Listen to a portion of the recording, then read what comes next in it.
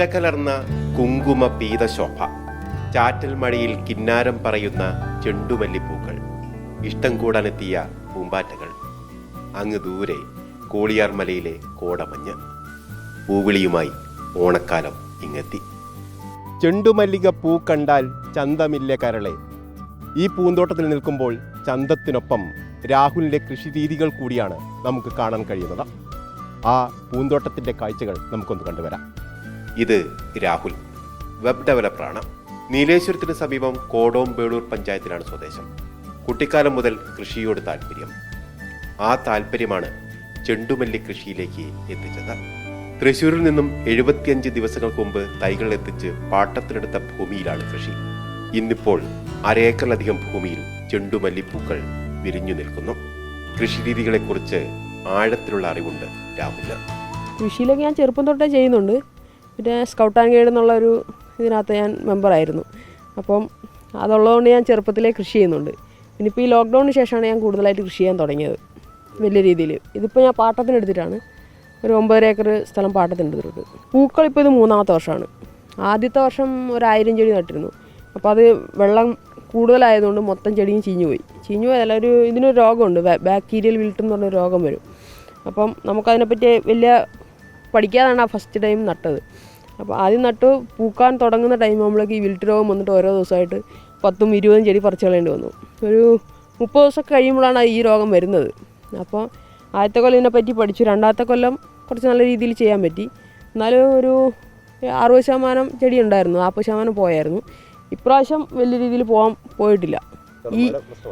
ഇപ്രാവശ്യം മഴ പ്രശ്നമായിരുന്നു. 2ാമത്തെ കൊല്ലം മഴ വലിയ രീതിയിൽ കുറവായിരുന്നു. അപ്പോൾ വെള്ളം കൊണ്ടൊന്ന് ഒഴിക്കേണ്ടിയൊക്കെ വന്നു. പ്രാദേശിക വിപണിയിലാണ് രാഹുൽ പൂക്കൾ വിറ്റഴിക്കുന്നത്. ഇത്തവണ പൂ നേരത്തെ ഇട്ടതും മഴയും തിരിച്ചടിയാകുമോ എന്ന ആശങ്കയുണ്ട്. പൂവിന് ഡിമാൻഡൊക്കെ ഉണ്ട്.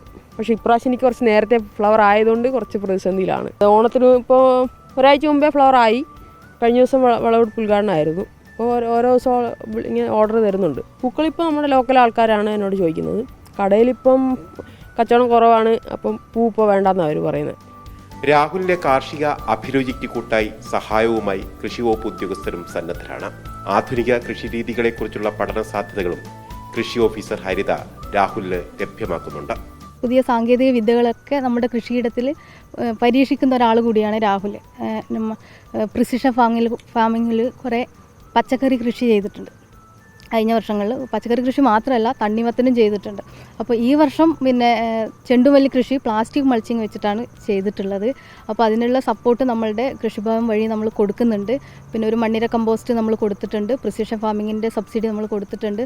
ഇതുപോലെ തന്നെ പ്ലാസ്റ്റിക് മൾച്ചിങ്ങിന് സബ്സിഡി കൊടുക്കുന്നുണ്ട്. അതുപോലെ പൂക്കൃഷിക്ക് നമ്മൾ പഞ്ചായത്തിൻ്റെ സ്കീമുണ്ട് ഈ വർഷം, അതിലും കൊടുക്കുന്നുണ്ട്. കൂടാതെ നമുക്ക് സ്റ്റേറ്റ് ഹോർട്ടിക്കൾച്ചർ മിഷൻ്റെ പദ്ധതിയുണ്ട്, അതിൽ കൂടെയും നമ്മൾ ഈ സബ്സിഡി നമ്മൾ കൊടുക്കുന്നുണ്ട്. അപ്പോൾ എല്ലാ സ്കീമും പിന്നെ നമ്മൾ കുറേ ട്രെയിനിങ്ങിന് വിട്ടിട്ടുണ്ട്. നമ്മൾ IIHR ബാംഗ്ലൂരിലൊക്കെ നമ്മൾ ട്രെയിനിങ് വരുമ്പോൾ നമ്മൾ പുതിയ സാങ്കേതിക വിദ്യകൾ പഠിക്കാനുള്ള ട്രെയിനിങ് വരുമ്പോൾ നമ്മൾ അതിനൊക്കെ ആളെ വിടുന്നുണ്ട്.